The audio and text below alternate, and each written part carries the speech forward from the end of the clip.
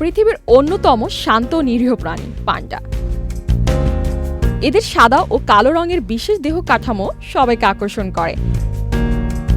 পান্ডারা প্রধানত চীনের বনভূমিতে বাস করে। পান্ডার প্রধান খাদ্য হচ্ছে বাঁশ, যা তাদের খাদ্যের প্রায় ৯৯% অংশ পূরণ করে থাকে। তবে মাঝে মাঝে ছোট পোকামাকড়ও খেয়ে থাকে। পান্ডারা প্রাকৃতিকভাবে অলস এবং ধীর প্রকৃতির। তারা খাওয়ার পর দীর্ঘ সময় বিশ্রাম নেয়। আপনি জানলে অবাক হবেন, ১০ থেকে ১৬ ঘন্টা তারা ঘুমিয়ে কাটায়।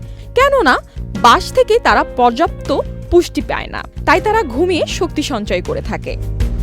তাদের এই অলস স্বভাব তাদের নিরীহ প্রাণী হিসেবে পরিচয় দেয়, যা তাদের জনপ্রিয়তা বাড়িয়েছে।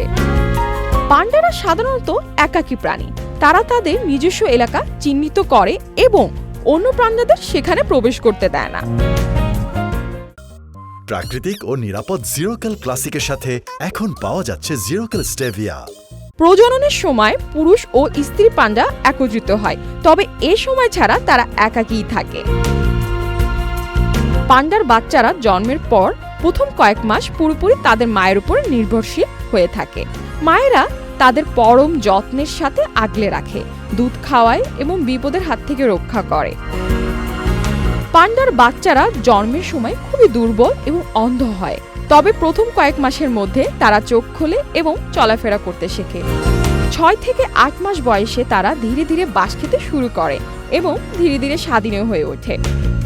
পান্ডার বাচ্চারা খুবই দুষ্টু প্রকৃতির হয়। তারা মাঝে মাঝে মায়ের সাথে খেলার সময় ছোট ছোট দুষ্টুমি করে, যেমন মায়ের পিছন থেকে লাফিয়ে ওঠা বা মায়ের বাঁশের টুকরো টেনে নেওয়া।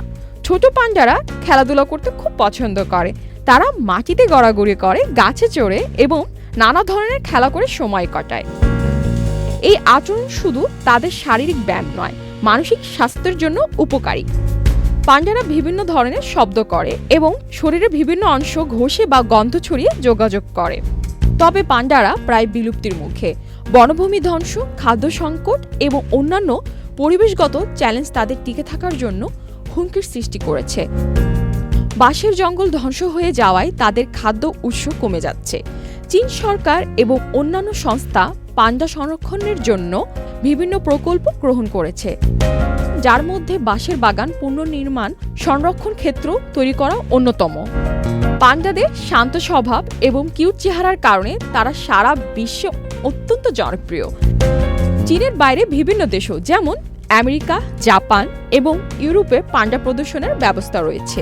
তাদের সংরক্ষণের জন্য বিশ্বজুড়ে প্রচুর প্রচেষ্টা নেওয়া হচ্ছে, যা তাদের ভবিষ্যৎ প্রজন্মের জন্য সংরক্ষণ করতে সহায়ক হবে। পান্ডা চীনের জাতীয় প্রতীক এবং সাংস্কৃতিক উত্তরাধিকারের অংশ। চীনে তাদের সংরক্ষণের জন্য কঠোর আইন তৈরি হয়েছে এবং আন্তর্জাতিক সহযোগিতার মাধ্যমে পান্ডাদের টিকে থাকার জন্য কাজ করা হচ্ছে।